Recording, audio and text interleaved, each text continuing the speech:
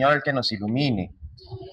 Dice, digo pues, andad en el Espíritu y no satisfagáis los deseos de la carne, porque el deseo de la carne es contra el Espíritu y el del Espíritu es contra la carne, y estos se oponen entre sí para que no hagáis lo que queréis. Pero si sois guiados por el Espíritu, no estáis bajo la ley, y manifiestas son las obras de la carne, que son adulterio, fornicación, inmundicia, lascivia, idolatría, hechicerías, enemistades, pleitos, celos, iras, contiendas, disensiones, herejías, envidias, homicidios, borracheras, orgías y cosas semejantes a estas, acerca de las cuales os amonesto, como ya os lo he dicho antes, que los que practican tales cosas no heredarán el reino de los cielos. Mas el fruto del Espíritu es amor, gozo, paz, paciencia, benignidad, bondad, fe, mansedumbre, templanza. Contra tales cosas no hay ley, pero los que son de Cristo han crucificado la carne junto con sus deseos y pasiones.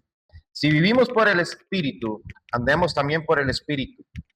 No nos hagamos vanagloriosos, irritándonos unos a otros, envidiándonos unos a otros. Vamos a estar reflexionando un poco, hermanos, sobre estos pasajes, sobre estos versos, que son muy importantes para el día a día.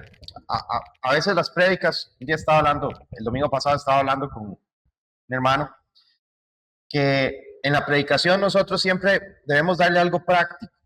No es solamente historia, no es solamente teología, no es solamente Biblia o la doctrina bíblica en sí, sino la practicidad que hay en la Biblia.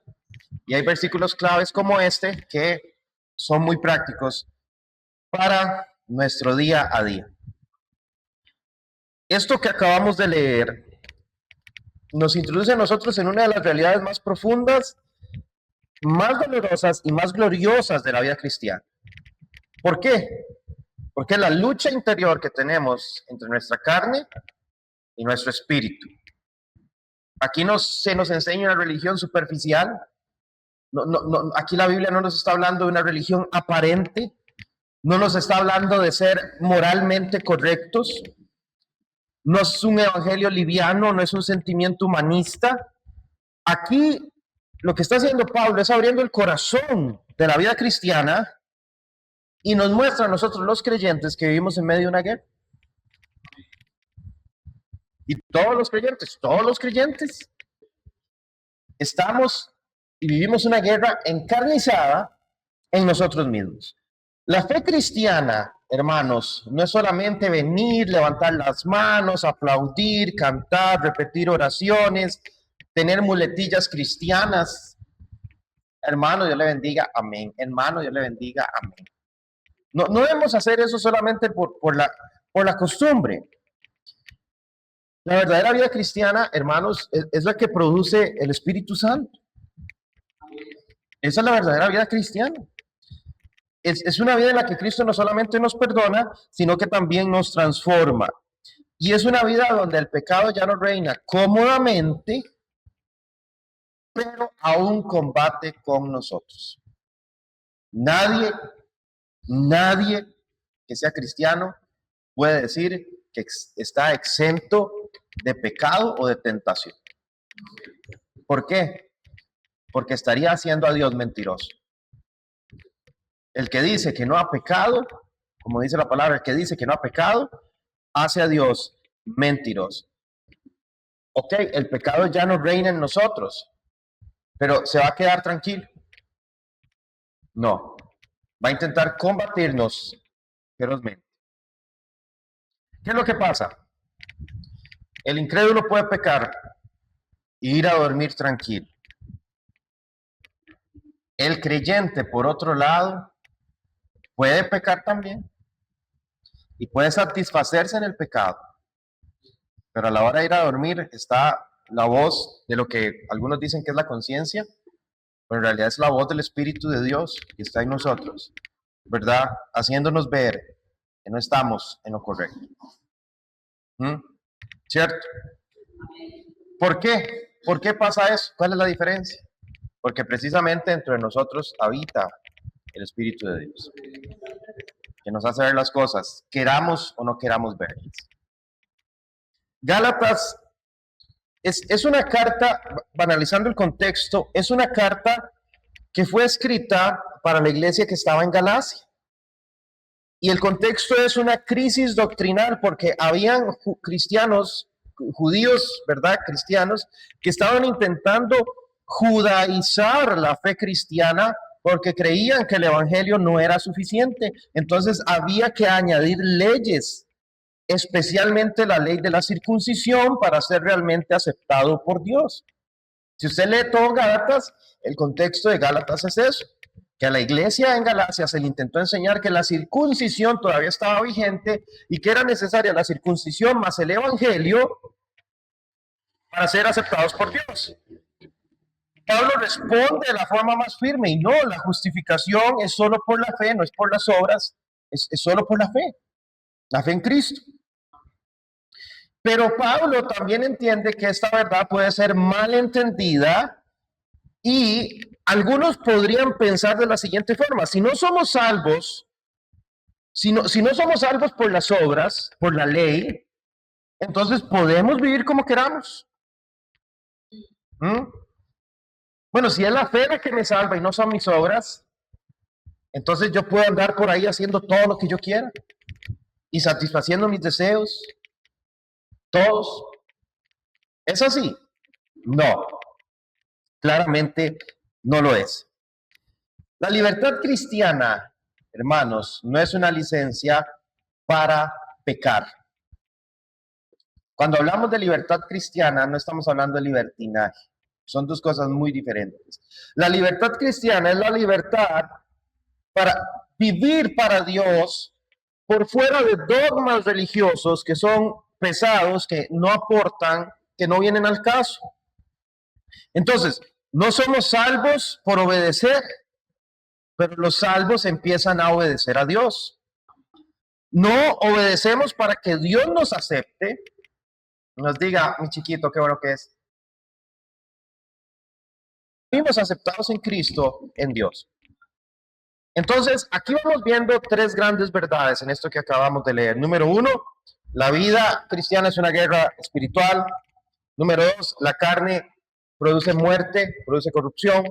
Y número tres, el espíritu produce un carácter que refleja a Cristo.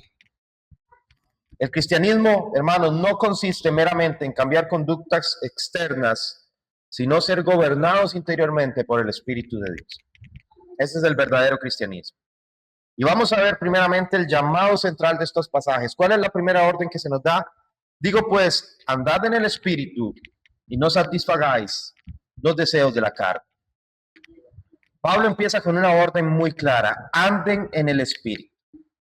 Pablo no dice piensen, no dice admírenlo, no dicen reflexionen, no dice hablen, no, él dice andad. ¿Qué significa eso? ¿Qué significa eso? En nuestro diario vivir, en nuestra conducta diaria, en nuestro estilo de vida, en nuestra dirección continua, la palabra andar implica constancia. No es un momento aislado de emoción espiritual, no es un retiro, no es un encuentro, es una manera diaria en la que nosotros vivimos. Y no es que ocasionalmente nosotros como creyentes nos visite o visitemos el Espíritu de Dios, sino, hermanos, todos los días. Desde que nos levantamos hasta que nos acostamos, todos los días.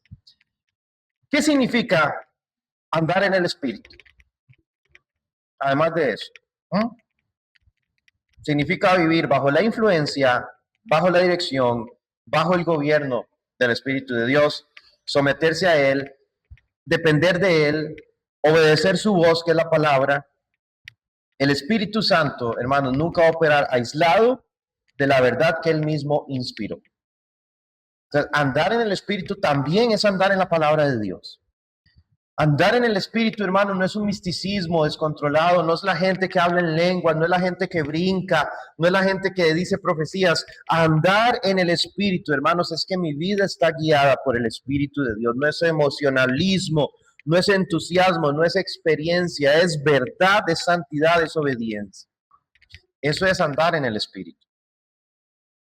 Andar en el Espíritu, hermanos, es una forma tal de tomar nuestras que afecta la forma en que tomamos nuestras decisiones, pensamientos, nuestros afectos, nuestras acciones. Todo empieza a ser moldeado por Dios. Eso significa andar en el Espíritu. Pero a esa verdad gloriosa de andar en el Espíritu se le añade algo también. Dice, y no satisfagáis los deseos de la carne. Vemos esta dualidad. Por un lado tenemos el Espíritu y por el otro lado tenemos la carne.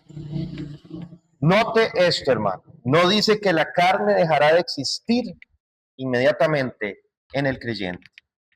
No dice que el creyente jamás volverá a ser tentado. Lo que dice es que si andamos en el Espíritu, no vamos a satisfacer los deseos de la carne. Es decir, el poder dominante del pecado puede ser resistido. Y esto es muy importante, porque el Evangelio, hermanos, nunca prometió la ausencia interna de lucha. La ausencia de luchas, eso Cristo nunca lo prometió. Pero sí promete que nosotros en Cristo nunca nos vamos a rendir ante la carne. Muchos creyentes, escuchemos esto, muchos creyentes viven derrotados porque intentan vencer la carne con voluntad humana. ¿Y qué es voluntad humana? Me aguanto las ganas, ¿verdad? Me aguanto, me amarro los pantalones y no. ¿Qué es lo que pasa con eso? Que esa persona que se abstiene, sea lo que quiera hacer, y se abstiene, y se abstiene, y se abstiene, es como una olla de presión que está acumulando frustración, deseos, de todo, hasta el punto en que ya no puede más y explota. Y cuando explota lo hace de una forma increíble. Se daña a sí mismo, daña a gente que no tenía nada que ver en el asunto, daña a sus hermanos en la iglesia. ¿Por qué? Porque nunca entendió que vencer la carne no es una cuestión de voluntad o de fuerza humana, porque la carne no se vence con la carne. El pecado no se derrota con nuestra energía natural. No basta con decir, voy a esforzarme más. Voy a hacer esto, voy a dejar de frecuentar lugares, voy a dejar de hablar con personas, voy a dejar de hacer estas y estas cosas que yo sé que al final siempre me llevan a pecar. Eso es fuerza humana. Eso es voluntad humana y eso siempre termina mal, amados hermanos. La santidad no es un brote de autosuficiencia. Entonces, ¿cómo se vence la carne? Dependiendo del Espíritu. Dependiendo de Dios. No con fuerzas humanas. La carne, hermanos, no se reforma. La carne, dice la palabra, que tiene que ser crucificada. El pecado no se educa. El pecado no es un hábito que usted puede cambiar. El pecado, dice la palabra, que tiene que ser mortificado. Y la santidad no es el producto de mi esfuerzo. Es que yo hice el esfuerzo y dejé esto y esto y esto y ya no hago estas y estas cosas. ¿Fue su esfuerzo o fue Dios? ¿En qué quedamos? Entonces, ¿qué es lo que pasa? Hay personas que quieren vencer la lujuria sin andar en el Espíritu. Quieren vencer la ira sin andar en el Espíritu. Quieren vencer la envidia. Quieren aparentarse en santos, pero haciendo eso en sus propias fuerzas y alejados de Dios. Pero eso es imposible, hermanos, porque esta victoria no es una victoria de los hombres, es el fruto de la gracia de Dios obrando en un pecador redimido. Tenemos que empezar a verlo de esa forma. Dice el verso 17, porque el deseo de la carne es contra el espíritu y el espíritu es contra la carne y estos se oponen entre sí para que no hagáis lo que queráis. Ok, aquí ya empezamos a describir este conflicto interno del creyente. Como una vez escuché una persona decirlo, Imagínese que usted está partido en dos. Hay dos usted. Hay dos Willys, hay dos Elisas, hay dos Gleiners. Con uno ya nos basta. hay dos Luises, hay dos Calebs. ¿Dónde? Aquí. Aquí. Y hay un Luis que es rebelde. Hay un Luis que es terriblemente rebelde, iracundo, coqueto. ¿Ah? Que cuando ese Luis brota, pasan cosas. ¿Ah?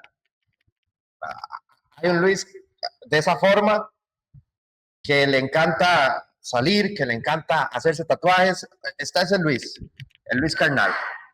Ojo, cuidado. Y hay un Luis que es el Luis redimido por Dios, que ama las cosas de Dios, ¿ah? Que ama la palabra de Dios y se deleita en ella. ¿Qué es lo que pasa entonces con esto? ¿Qué es lo que pasa con esto? Hay una lucha, hermano. Son como dos boxeadores agarrándose en el ring. Y va a haber momentos en que nuestra carne va a triunfar. Va a haber momentos en que en nuestro lado carnal va a tomar el control. Y nos va a llevar a hacer cosas y nos va a llevar por aquí, por allá y todo. ¿Eso implica que nuestro lado espiritual murió? No. ¿Está ahí? ¿Eso implica que Dios perdió el control de nosotros? Jamás. Y eso es lo que debemos entender. El Luis redimido, el Willy redimido, el Caleb redimido, están ahí. Porque Dios nunca los va a abandonar, Dios nunca los va a dejar. ¿Entendemos esto? La carne no es solamente el cuerpo físico, como algunos creen. La Biblia nunca enseña que el cuerpo es malo en sí mismo, de hecho todo lo contrario. La Biblia enseña que el cuerpo es algo muy bueno, que es templo del Espíritu Santo. La carne, que viene de la palabra en griego, sarx, que significa la naturaleza humana caída. La carne es la naturaleza humana que se deleita en el pecado, que se revela contra Dios. Esa es la carne. Entonces, nosotros tenemos este conflicto. Tenemos la disposición de amar a Dios y su palabra y sus leyes. Claro que sí. Un día yo le decía a una persona, por más rebelde que esté yo a veces en mi vida, no puedo dejar de creer en Dios. No puedo dejar a Dios de lado. No me puedo liberar de Dios del todo. ¿Por qué? Porque dentro de mí hay un pecador redimido que Dios rescató con su sangre. Que la carne a veces está en control. Sí, sí. Pero eso no anula lo otro. Entonces, ¿qué es lo que pasa, hermanos? Encontramos este conflicto interno. Queremos amar a Dios, pero hay algo que nos estorba. La carne no siempre se manifiesta de forma escandalosa. A veces la carne se puede vestir de respeto, de orgullo, de autosuficiencia.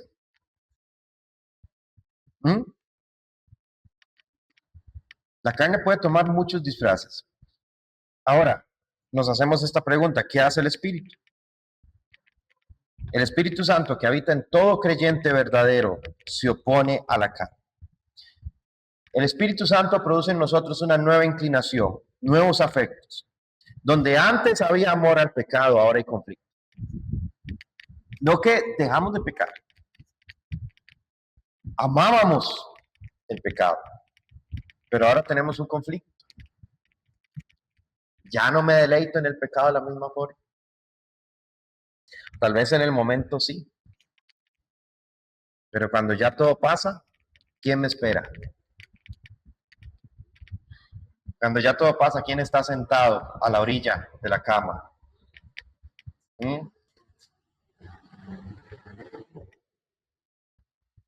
Hermanos, un cristiano puede llegar a ser la persona más infeliz del mundo. ¿Sabe por qué? Porque va al mundo y busca los placeres del mundo. Y sí, qué rico, pero no los disfruta del todo. Y vuelve a Dios y busca llenarse en Dios, pero es acusado por su espíritu de las cosas, mientras esté en esa dualidad. Y eso que produce infelicidad. No me puedo deleitar en Dios, porque sé que estoy mal, pero tampoco puedo deleitarme en el mundo, porque mi conciencia me acusa. ¿Qué va a hacer usted, hermano? ¿Qué va a hacer con ese dilema? ¿Qué va a escoger? ¿Seguir estando así? ¿O se va a inclinar al Señor? Y déjeme decirle una cosa, no es usted el que va a escoger. Dios va a tratar con usted para inclinarlo de nuevo a los caminos de Dios. Usted no se va a apartar de Dios porque el Señor no lo va a dejar. Muchos hijos de Dios se angustian cuando descubren que tienen una corrupción profunda dentro de sí y piensan, si todavía tengo estos pensamientos, si todavía lucho contra estas tentaciones, quizás no soy salvo. Pero existe un texto que nos enseña, perdón, pero en este texto se nos enseña que esa lucha precisamente es una señal de vida espiritual. Como decía Toti, dentro de muchas cosas que decía que estaba muy bien, pero él decía, el día que un cristiano peque y no sienta nada porque pecó, está listo. Y es cierto, hermanos. El día que usted, bueno, usted no, porque usted es de Dios, pero el día que una persona que afirmaba ser creyente peca y no sintió nada, ni siquiera la idea de que, puña, estoy mal, tal vez nunca fue creyente del todo. Porque ¿qué es lo que pasa? Un cadáver no pelea. Un corazón de piedra no gime por Dios. El impío, hermanos, puede refinar sus morales, puede refinarse en lo que sea, pero no libra esta guerra interior. ¿Entendemos eso? La pregunta no es si hay batalla. La pregunta es de qué lado estamos peleando. ¿Te duele el pecado? ¿Lo justificas o lo confiesas? ¿Lo alimentas o lo mortificas? ¿Lo escondes o lo llevas a la cruz? El creyente, hermanos, el cristiano no es una persona sin ausencia de conflictos, sino alguien que tiene el Espíritu de Dios, el cual le ha declarado la guerra constante contra el pecado. Por eso ser cristiano es difícil. Pues, hermanos, ser cristiano es difícil. El que empezó a vender la idea de que el cristianismo era, pare de sufrir, venga y sea feliz, ¿verdad? Y peace and love y todo. El que vendió esa idea de cristianismo estaba terriblemente equivocado, porque el cristianismo es difícil. Las tentaciones son difíciles, hermanos. Y el proceso interior de Dios es duro, amargo. Pero fue Dios el que nos escogió. No nos va a soltar. Los que son guiados, dice el verso 18, pero si sois guiados por el Espíritu, no estáis bajo la ley. Esto no significa que el creyente deba vivir sin normas morales. Pablo no está enseñando anarquía. Lo que quiere decir es que el creyente no está bajo la ley como un pacto de condenación, ni bajo su yugo como medio de justificación. Porque entendemos esto, la ley no puede justificar al pecador, ¿verdad que no? La ley no puede regenerar un corazón, ¿verdad que no? ¿Qué es un corazón regenerado? ¿Qué es un corazón regenerado? Es cuando Dios cambia nuestros afectos. Antes yo amaba X cosa, ahora no. Ahora no. Ahora me deleito en Dios. ¿Y cómo es que dice la palabra? En la ley de Jehová está mi deleite. Eso es un corazón regenerado. La ley no puede impartir poder para obedecer, más bien es una carga. La ley no puede revelar el pecado, denunciarlo y condenarlo, no puede salvar. Pero Cristo salva, Cristo justifica, Cristo perdona y el Espíritu de Dios aplica esa gloriosa obra de convencimiento de justicia, pecado y juicio en nuestros corazones. Eso es lo que usted y a mí nos tocó, hermanos. No una ley, no un dogma. Por dogmas nadie se salva, sino que el dogma, aunque más pequeño que sea, por más pequeño que sea un dogma, viene a traer un peso a lo que es vivir una verdadera religión en Cristo, en Dios. Por ejemplo, yo puedo decir algo que no sea muy gravoso. Yo puedo decir, hermanos, en nuestra iglesia hemos tomado la decisión de que todos los domingos, vamos a venir con camiseta o blusa o camisa de color blanco. ¿No?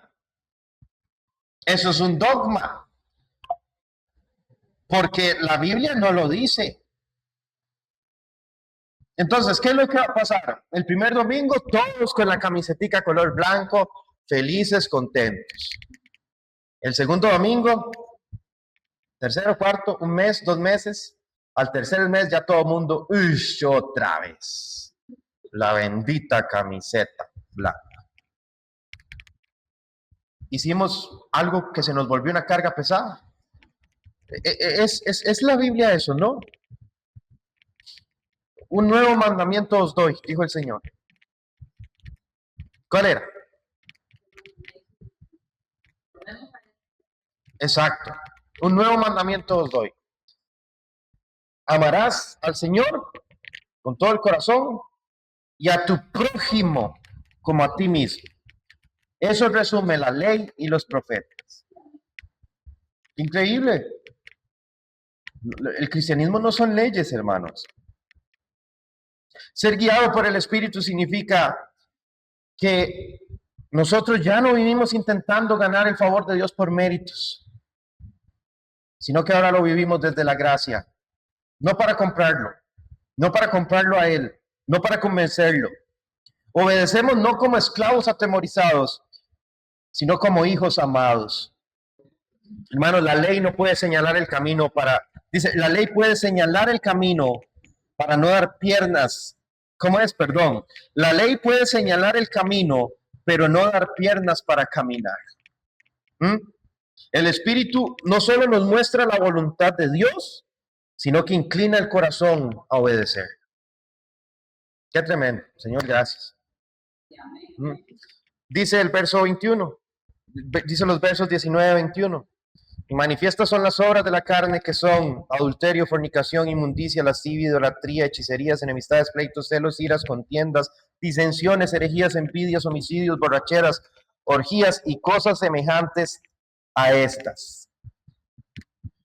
Pablo no nos da una lista taxativa de cosas que son pecado, sino lo que Pablo pretende con estos versículos es mostrarnos el rostro verdadero de la carne, con esas conductas que vienen ahí.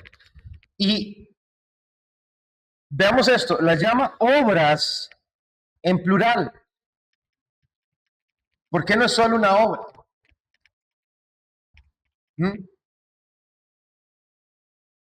¿Por qué no soy solamente fornicar? ¿Por qué no soy solamente adúltero? ¿Ve cómo es el corazón, hermano? El corazón no le basta. Usted va y prueba. Y el corazón no dice, ya, quede tranquilo.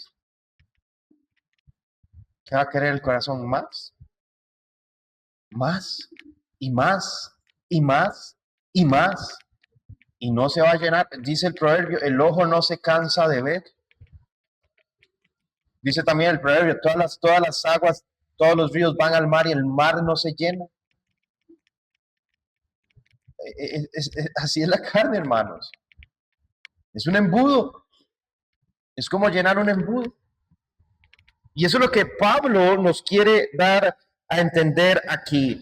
La carne produce una gran variedad de maldades y múltiples expresiones de rebelión contra Dios. El pecado, hermanos, es fértil para el mal. Y podemos agrupar estas cosas, esta lista, en varias categorías. Las primeras son los pecados de inmoralidad sexual, adulterio, fornicación, inmundicia y lascivia.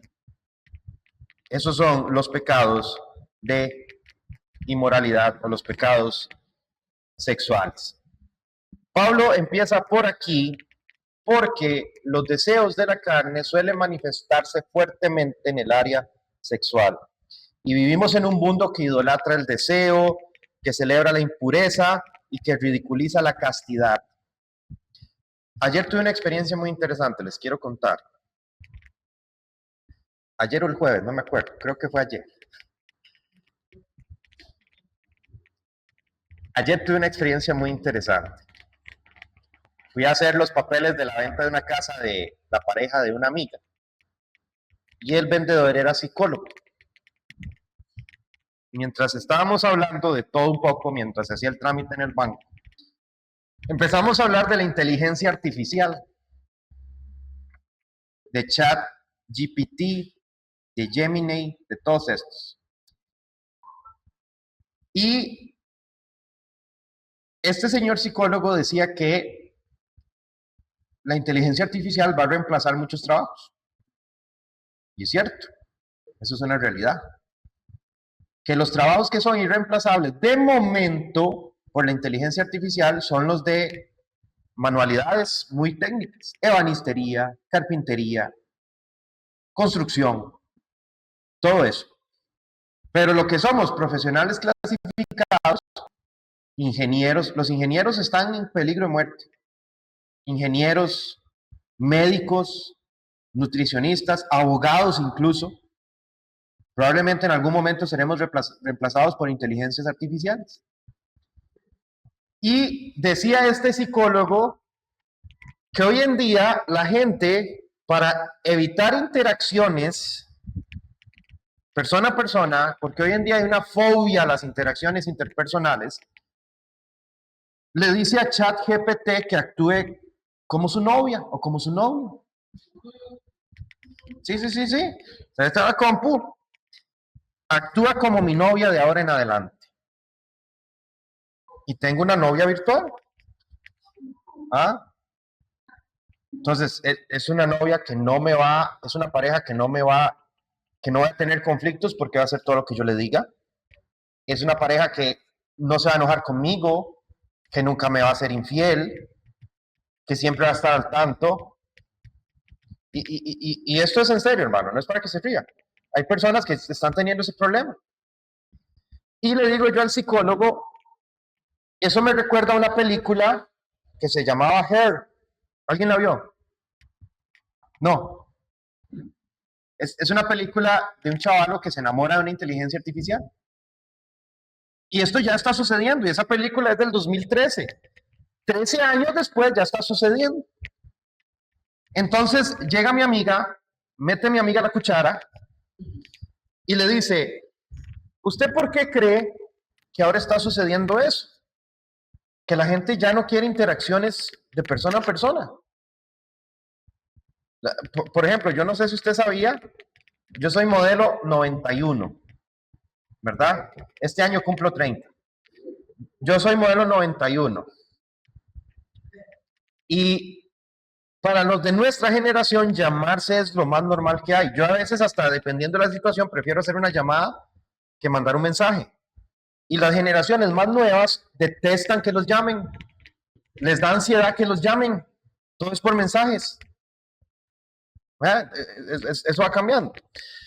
Entonces llega este señor que es psicólogo y le dice a ella algo que me llama poderosamente la atención. Y le dice, esto está sucediendo porque la humanidad se apartó de los valores tradicionales cristianos de la familia. Y no era creyente él. No era un psicólogo cristiano, me aseguré de eso. Entonces, cuando dice eso, yo me quedo así como, ¿cierto? ¿Cierto? Ya la gente no quiere formar familias, ya no quiere tener hijos. Y vean todo lo que, cómo la sociedad se está deteriorando. Ahora, ¿qué es lo que hace el mundo? ¿Qué es lo que hace la carne? Celebra esto. La carne celebra la impureza. Ah, es que yo quiero encontrar a alguien para casarme. No sea tonto, no haga eso. ¿Cómo se le ocurre? Eso es el mundo. No se case, no se embarque. Primero, júntese. ¿Mm? Pruebe primero, a ver. Esos son, aunque con algo de lógica, pero son pensamientos del mundo. Así está la cosa. ¿Y qué es lo que pasa? Precisamente esto. La cultura que llama libertad a lo que Dios llama esclavitud. Y usted sabe que el mundo tiene algo interesante, hermanos.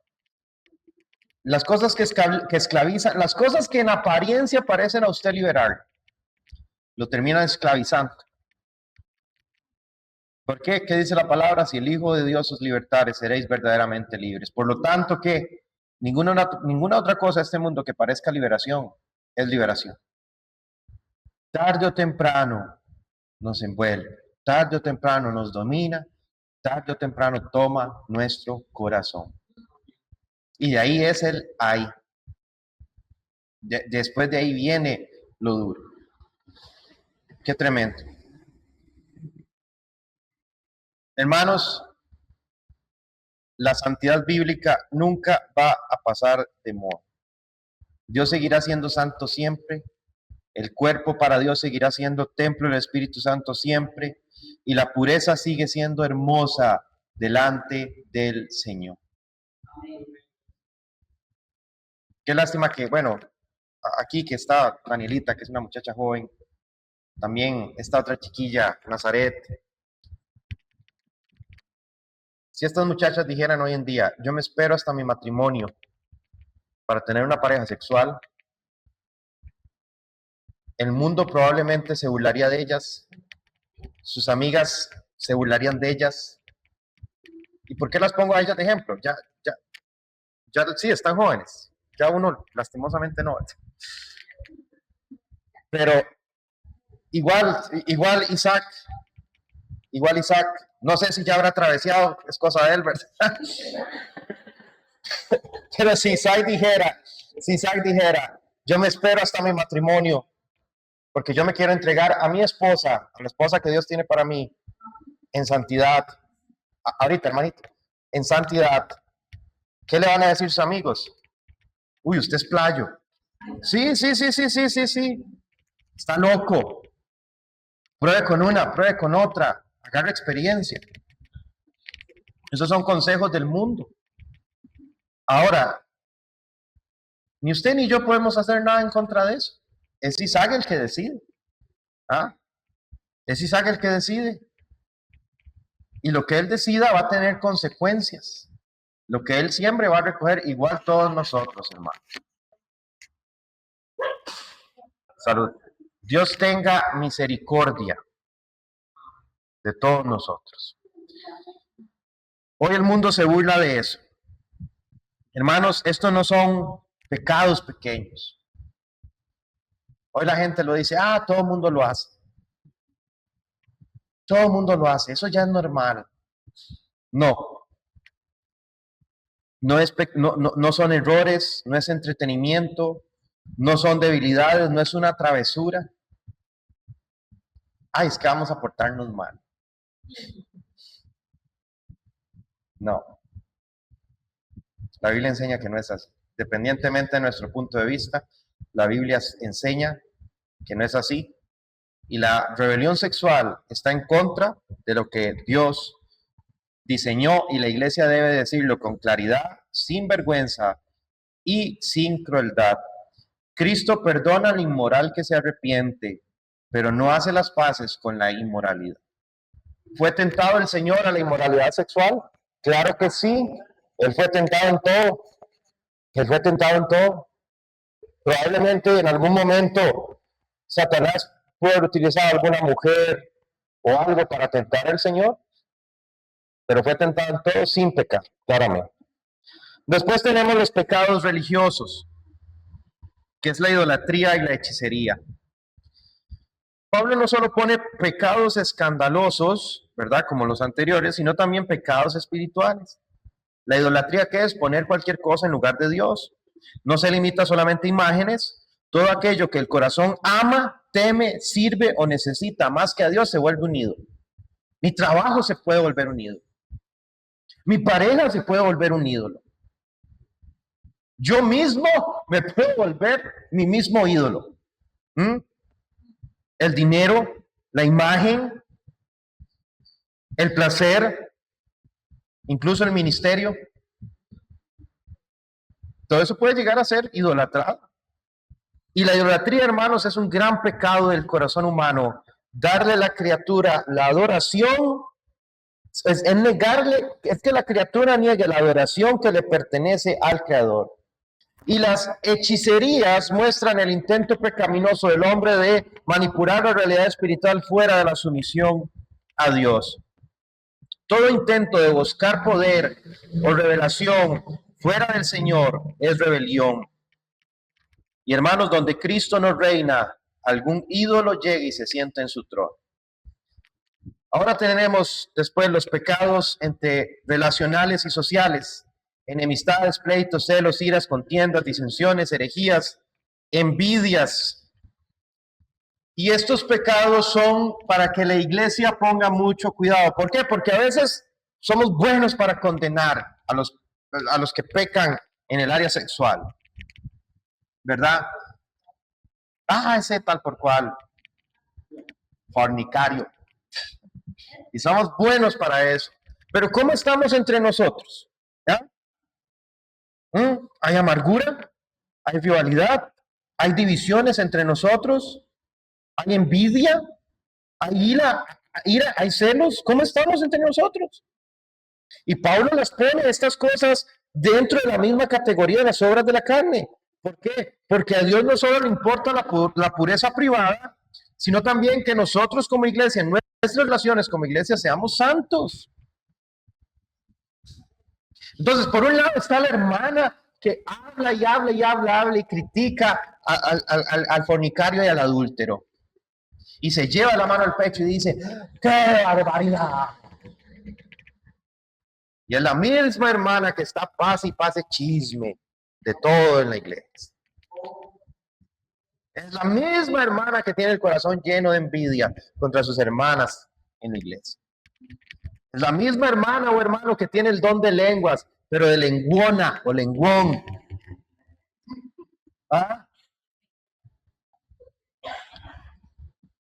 Hermanos, una persona no puede ser adulta, una persona no puede no ser adúltera y aún así ser profundamente carnal. ¿Entiendes? Tal vez usted puede decir, no, yo nunca le he faltado el respeto a mi esposa, a mi esposo, nunca le he dado vuelta. Pero si su corazón está lleno de contiendas, delante de Dios es lo mismo. Pueden no emborracharse y aún así destruir la iglesia con su lengua. Pueden no practicar la hechicería y aún así vivir consumida por la envidia. Una persona puede ser así, hermano. Y el diablo le encanta hacer eso en las iglesias cristianas. ¿Sabe por qué? Porque después la gente afuera se da cuenta y dicen, todos son iguales. Todos los evangélicos son iguales.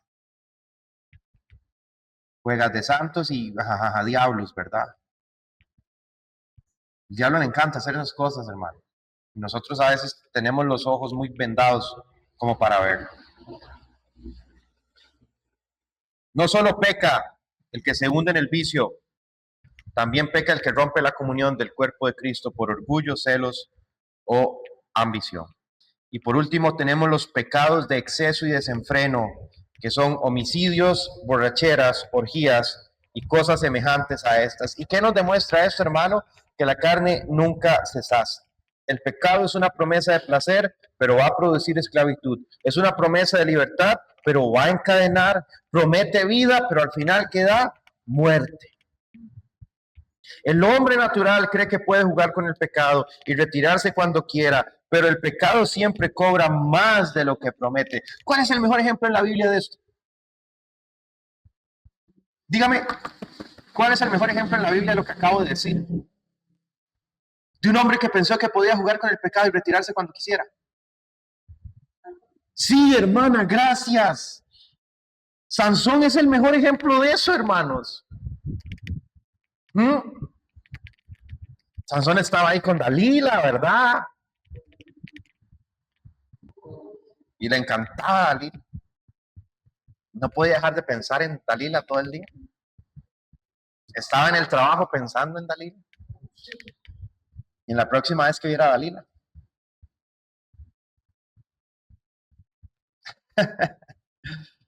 ¿Y qué fue lo que pasó? Él creyó que podía salirse cuando él quisiera. Sansón, ¿cuál es el secreto de tu fuerza? Ah, es esto. No, no era eso. ¿O es esto? No. Y está en ese juguete, ¿verdad? Hasta que le descubrió el corazón. Hermano, y usted sabe que la palabra nos dice a nosotros, sobre todo a los hombres, de toda cosa guardada, guarda tu corazón, porque de él mana la vida. Hermano, varón, le doy un consejo. El día que usted le entregue su corazón a una mujer, esa mujer lo va a tener en sus manos. Y va a poder hacer con usted lo que quiera. Lo que quiera. Guarde su corazón. Y no lo entregue con la facilidad que Sansón lo entregó.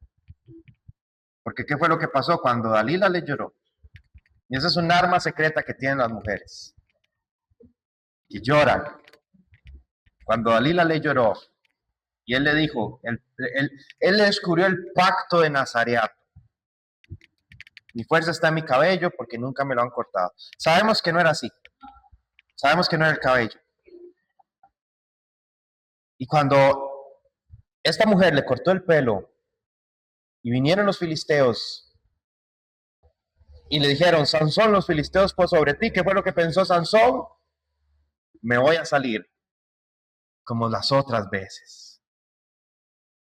Y dice la palabra, pero no sabía que el Espíritu de Dios se había apartado de él. Qué tremendo, hermanos. Qué enseñanza más grande, por Dios. Cristo nos ayude. Y le salió caro. ¿Qué fue lo que le pasó? Lo capturaron y le sacaron los ojos. Los mismos ojos que lo hicieron caer. Los mismos ojos que usó para contemplar la belleza de Dalila. Se los sacaron. Aquí hay una metáfora enorme, ¿verdad?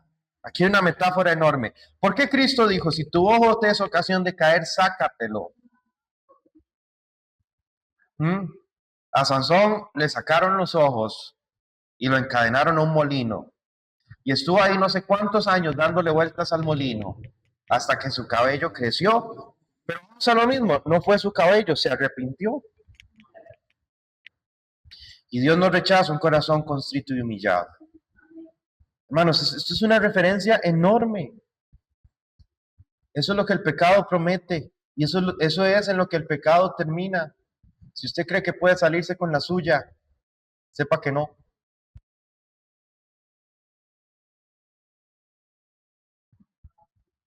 Pablo termina esta lista diciendo cosas semejantes a estas, por lo que la lista no es exhaustiva, es representativa y toda manifestación de rebeldía contra Dios brota de la carne.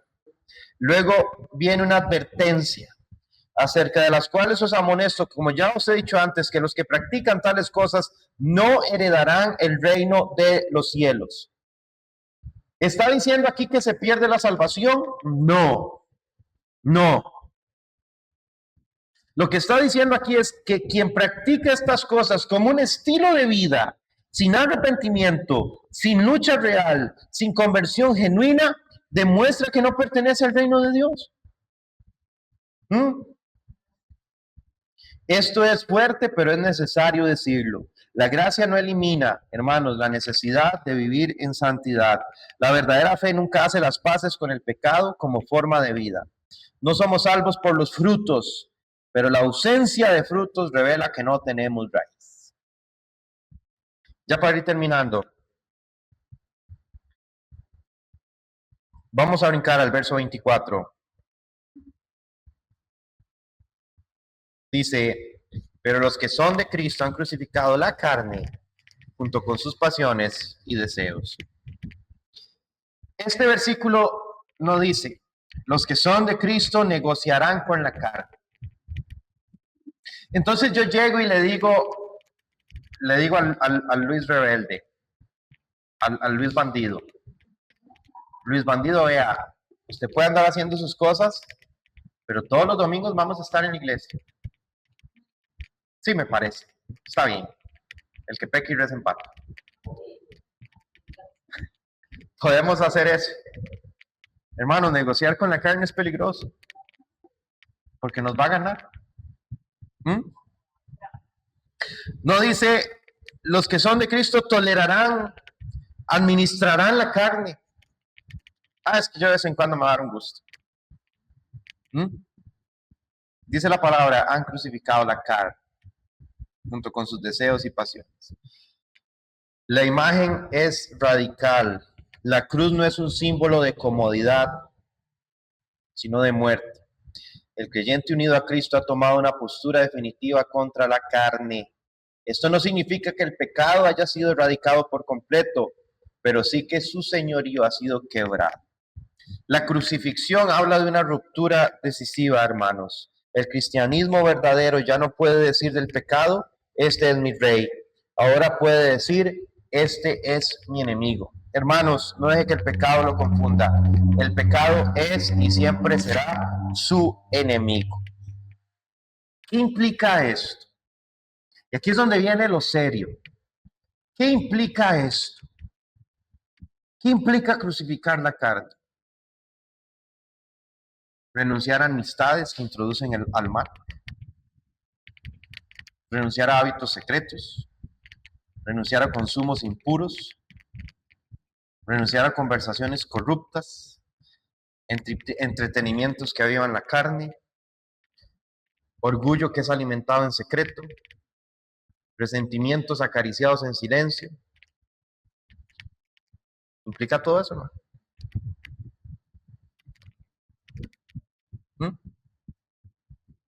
Muchos quieren esta victoria, pero sin crucifixión. Muchos quieren vivir santamente para Dios, pero sin tener que renunciar. Quieren un Cristo que los perdona, sí, todo bien,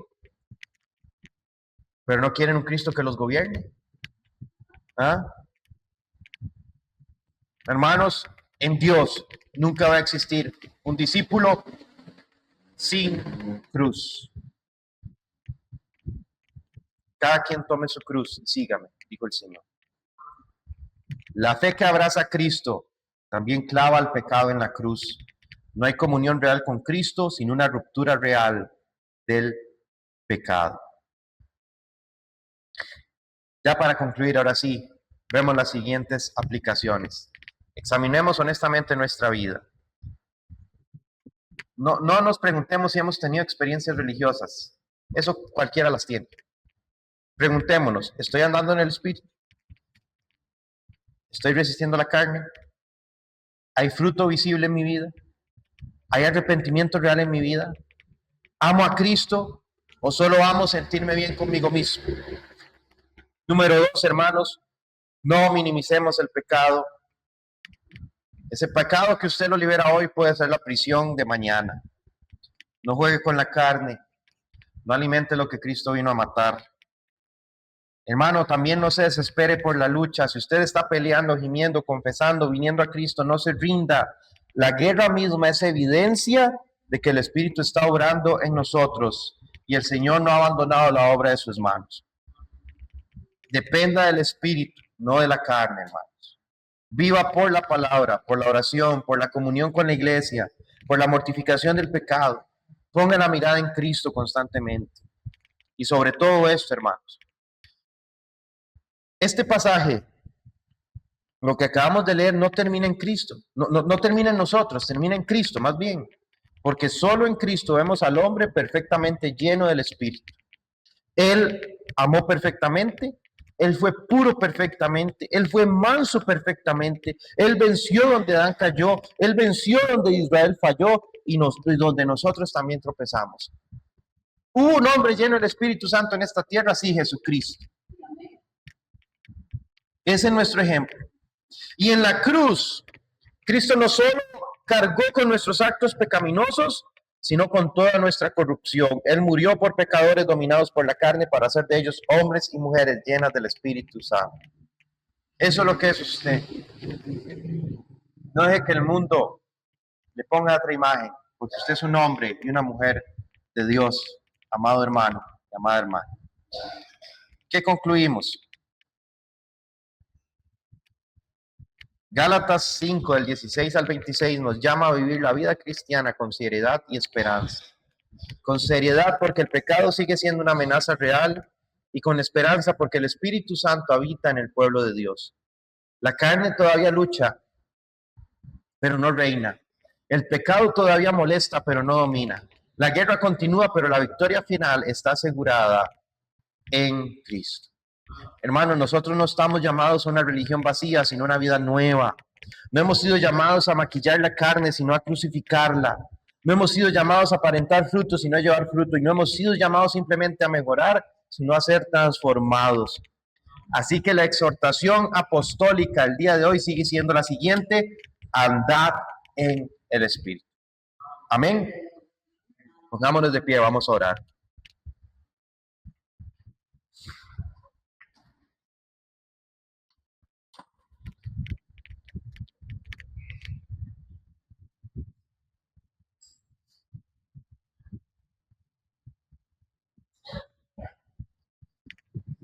Querido Dios, te damos gracias por lo que hoy aquí, Señor, nos has enseñado.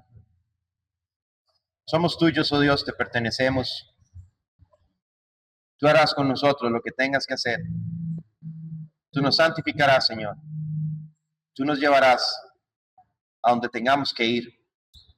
Tú guardarás nuestra vida, Señor, y no permitirás, Señor, que nosotros nos apartemos de ti.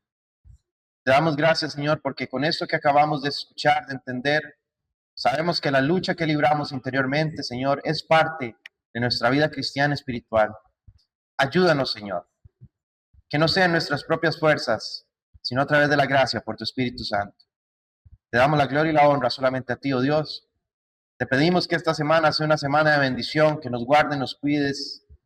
Señor, que sea una semana de éxito, que sea una semana en donde podamos ver tu respaldo, Dios. Líbranos de todo mal, guárdanos de todo peligro, Señor. Ponemos todo en tus manos. Levante su mano, hermano. Jehová te bendiga, Jehová te guarde, Jehová haga resplandecer su rostro sobre ti y ponga en ti paz. Los amo mucho en el Señor, hermanos, quedan despedidos. Nos vemos el próximo domingo.